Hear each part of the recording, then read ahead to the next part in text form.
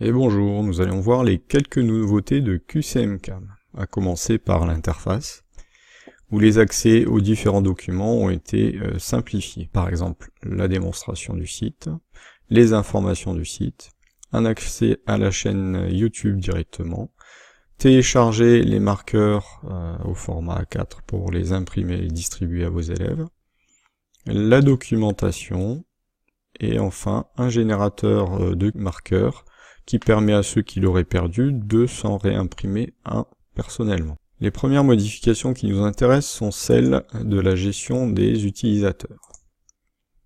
Donc imaginez que je viens de récupérer mon fichier d'élève. Je peux, si un élève a quitté mon groupe, supprimer, par exemple, Jeanne n'est plus dans la classe, je peux la supprimer. Lorsque cette modification a été effectuée, vous pouvez par la suite enregistrer dans la liste des groupes, c'est-à-dire ici, et ensuite récupérer votre fichier sur votre ordinateur et la liste sera mise à jour avec l'élève en moins. Voilà, ici, si je demande la classe A à nouveau, je n'ai plus l'élève que je viens de supprimer. Autre nouveauté, imaginons que nous ayons fait un sondage. Donc, voici. Je pose une question qui est là. Hop. Voilà. Et donc, aujourd'hui, il y a 3 élèves qui ne sont pas là. J'ai ajouté un bouton ici qui permet de supprimer de la liste les élèves qui ne sont pas là.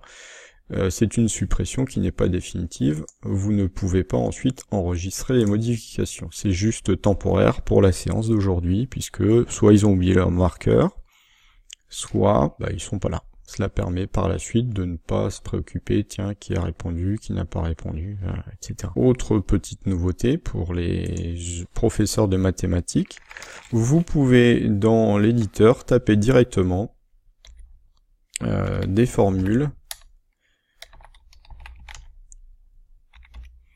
en les intercalant entre $. Automatiquement, la formule est mise à jour. Si vous voulez la modifier, ensuite, il suffit de faire un double clic et modifier dans le petit éditeur qui existe depuis toujours. Voilà pour les premières modifications.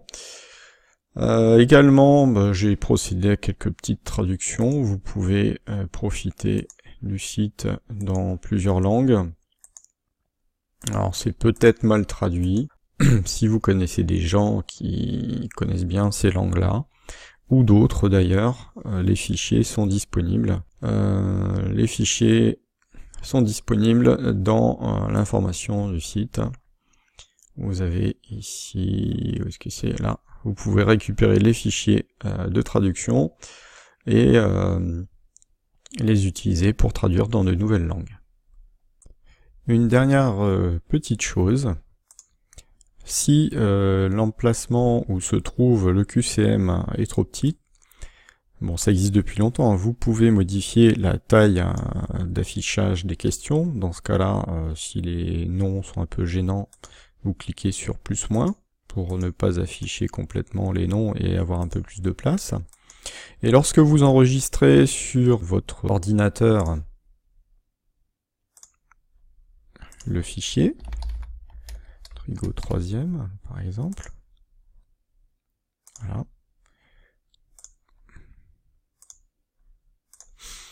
Eh bien, sachez que lorsque vous reviendrez sur la page,